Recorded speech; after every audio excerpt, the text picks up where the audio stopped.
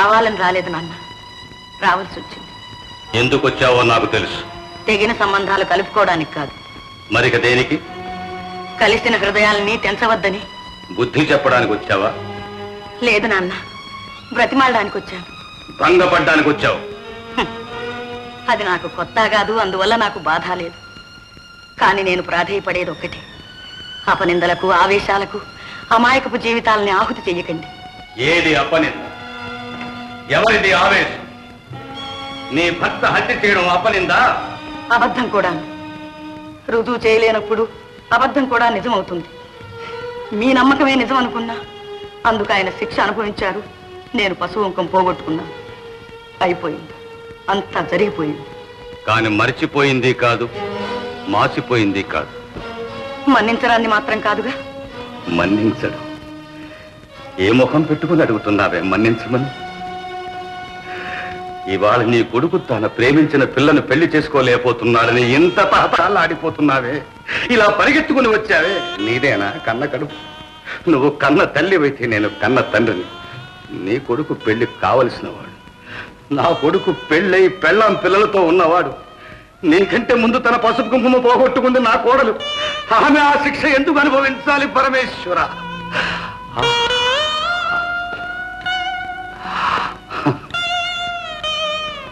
అందరినీ పోగొట్టుకుని గుండెల్లో కుంపటి పెట్టుకుని గుండెల మీద ఆ పసికందుల్ని ఇన్నాళ్ళు మోసుకుంటూనే పడ్డ బాధ ఎలా మన్నించగలను? వాళ్ళ సుఖాలు కోరి మన్నించమంటున్నాను. సుఖమా? కన్న తండ్రిని హత్య చేసిన వాని కొడుకును కట్టుకొని నా మనవరాలు ఏం సుఖపడుతుంది? అదంత నీచురాలు కాదు, దానికంత స్వార్థం ఉంది. నీకు సిగ్గు బిడియం లేకపోవచ్చు, మాకుంది. నీకు అన్నాని అభిమానం లేకపోయినా దానికి కన్న తండ్రి అనే గౌరవం ఉంది. అన్నిటినీ మించిన మనస్సుంది, దాన్ని అర్పించుకుంది. అది నిజం తెలియనప్పుడు చేసింది. మనస్సుకు తెలిసిన నిజం ఒక్కటి, ప్రేమించడం. తెలియంది ఒక్కటి, తిరిగి తీసుకోవడం. ఆడదాని మనసు నాకు తెలుసు. ప్రేమించడం అంటే ఏమిటో నాకు తెలుసు. తెలుసు. ప్రేమించడం అంటే కళ్ళు మూసుకుపోవడం, తల్లి తండ్రి అనే బంధాలు లేకపోవడం, నా అనే అభిమానాన్ని చంపుకోవడం, సొంత రక్తం తాగిన భర్తతో కూలుకుతూ కాపురం చేయడం. అంతేనా? అంతేనా నీకు తెలిసిన ప్రేమ? అంతేనా నీకు తెలిసిన మనస్సు? నా మనవరాల మీద నేను నేను కూడా పడినవను. నా బంధులో ప్రాణం ఉండగా దాన్ని నీ కోడలు కానివను. వెళ్ళు, వెళ్ళి కలిసి. నాన్న,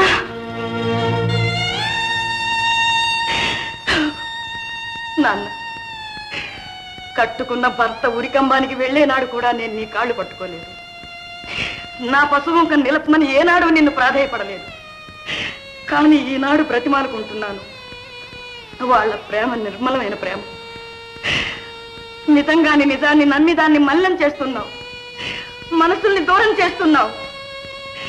అబద్ధం అని తెలిసినాడు వాటిని నువ్వు అతకలేవు నాన్న. చచ్చిపోయిన మనుషులకే కాదు, చంపుకున్న మనసుల్ని కూడా జీవం పోయలేము, జీవితాన్ని ఇవ్వలేము.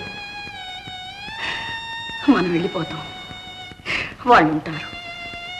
మనం చేసిన పొరపాటుకి జీవితాంతం కుమిలిపోతూ ఉంటారు. అర్థం చేసుకో నాన్న, కాస్త ఆలోచించు నాన్న. ఒక్కటే ఆలోచిస్తున్నా, నీ భర్త నా వంశాన్ని సర్వనాశనం చేసినాడు కూడా నేను నిన్ను మెడబట్టి బయటికి గింటలేదు.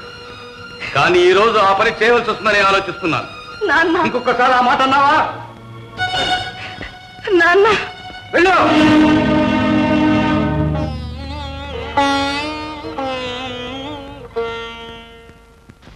వాళ్ళ దగ్గర నిజంగా డబ్బు లేదండి.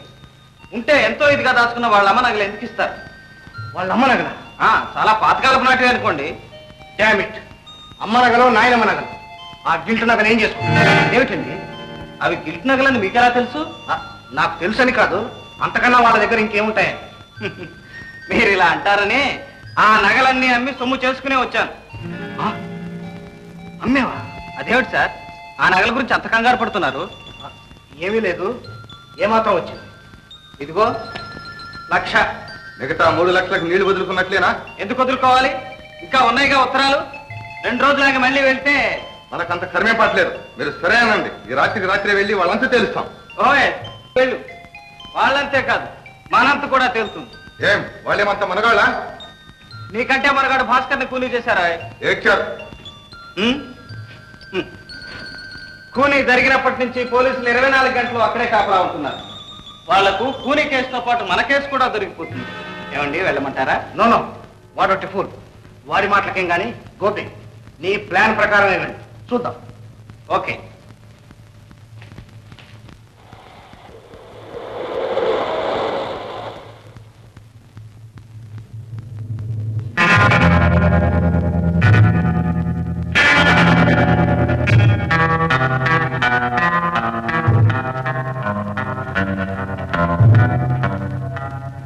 మళ్ళా ఎందుకు వచ్చావు? ఇంకా డబ్బు కావాలా? నీ కక్ష ఇంకా తీరలేదా? మా మీద కూనీ కేసు బనాయించడానికి ఆధారాలు ఇంకా వెతుకుతున్నావా? ఆధారాలు వెతకనక్కర్లేదు, బోలెడన్ని ఉన్నాయి. ఇంకా ఏమున్నాయి? మీ చెల్లెలు రాసిన ఉత్తరాలు. వీటికి ఎంత కావాలి? కనీసం 2 లక్షలు. నీచుడా, ఎంత దుర్మార్గానికి ఒడికట్టావు. రక్త సంబంధం సరే, ఎప్పుడో మాసిపోయింది. కనీసం మానవత్వం అన్నా లేకుండా పోయిందే నీలో. ఒకప్పుడు నన్ను ప్రేమించానన్నావే, ఈ ఇంటి అల్లుడు కావాలనుకున్నావే. అది జరుగుంటే ఈ గొడవంతా ఎందుకుంటుంది? అందుకేనా మమ్మల్ని ఇలా సాధిస్తున్నావు? మమ్మల్ని సర్వనాశనం చేయాలనుకుంటున్నావు? నో నో నో, మీరు నాశనం అయితే నాకేం వస్తుంది? నేను బాగుపడాలి. మీ తాత చెప్పిన తాహతు సంపాదించాలి. తాహత్ అంటే డబ్బేగా. ఇలాంటి పాపిష్టి డబ్బు కాదు. నిన్న నువ్వు ఇచ్చింది పాపిష్టి డబ్బు ఎలా అవుతుంది? ఏమో, పవిత్రంగా దాచుకున్న మీ అమ్మగారి గిల్టు నగలిచ్చావు. గిల్టు నగలా? బంగారం అది. ఎవరిని నువ్వు మోసం చేసేది? నేనేం పసిపాపను అనుకున్నావా? మోసం చేయటం మా ఇంట వంట లేదు. గిల్టు నగలు పెట్టుకోవాల్సిన కర్మ మాకు లేదు.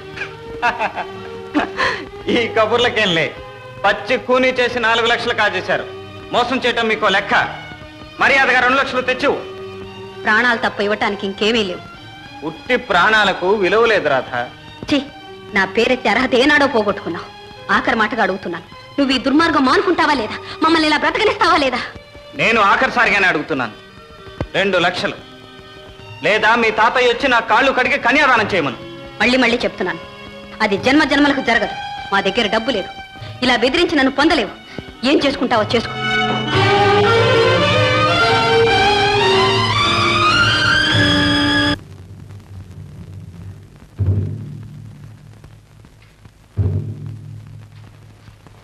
ఎక్కడికి వెళ్ళొస్తున్నావు?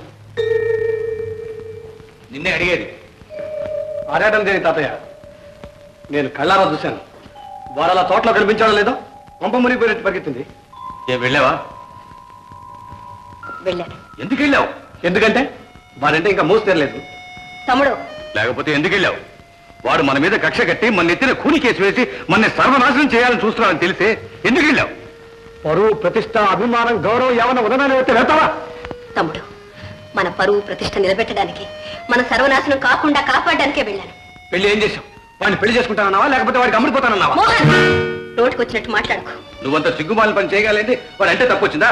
తాతయ్య, మీరు అలాగే అంటున్నారా? ఇంకేమనమంటావు? కళ్ళారా చూశానే. ఏం చూశారు మీరు? ఏం తెలుసు మీకు? 1,00,000 రూపాయలు ఇవ్వకపోతే కూనీ కేసు నెత్తిన పడుతుందని బెదిరించడం ఒక్కడే తెలుసు.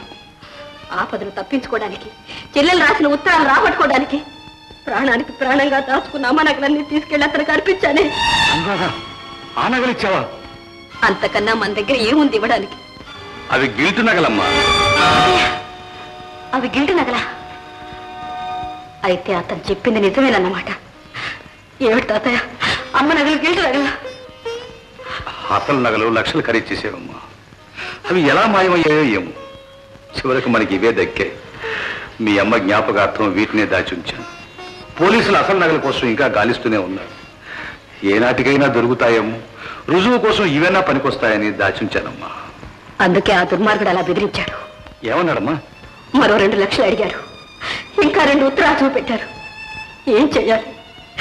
మీరన్నట్టు ఆత్మాభిమానాన్ని చంపుకోగలిగితే, అతనికి అమ్ముడుపోగలిగితే, నిజంగా ఈ వంశ గౌరవాన్నే కాదు, మిమ్మల్ని కూడా కాపాడుకోగలిగేదాన్ని. అదే అదే నా వల్ల కాలేదు. వద్దమ్మా, వద్దు తల్లి, నువ్వు అంత పని చేయొద్దమ్మా. ఇంతవరకు నువ్వు మా కోసం చేసిన త్యాగం చాలు. ఆత్మను కూడా చంపుకోవడం దానికి. వద్దమ్మా. వాడు ఏం చేస్తాడు? కూని కేసు వేస్తాడు, అంతేగా. వాడు వేసేది నేనే ఒప్పుకుంటున్నా. ఆ కూలీ చేసింది నేనే. తాతయ్య ఎందుకు అబద్ధాలు ఆడతారు? ఎందుకు చేయని నేరాలు నెత్తినేసుకుంటారు? భాస్కర్ని చంపింది నేను. మీరెవరో కాదు, వాడిని చంపింది నేను. తమ్ముడు, ఏనాడైతే మిమ్మల్ని అవమానించాడో ఆనాడే వాడి ప్రాణాలు తీయాలని నిశ్చయించుకున్నాను. అవకాశం దొరికింది. వాడి రక్తం కళ్ళ చూశాను. తమ్ముడు, నేనే హంతకుంది. మోహన్,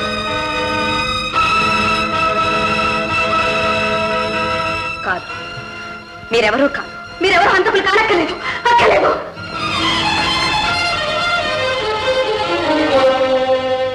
ఆ కూలీ చేసింది నేనే. ఎందుకు చేయని నేరాలు నెత్తినేసుకుంటారు? భాస్కర్ని చంపింది నేను. మీరెవరో కాదు, వాడిని చంపింది నేను. నేనే హంతకుంది.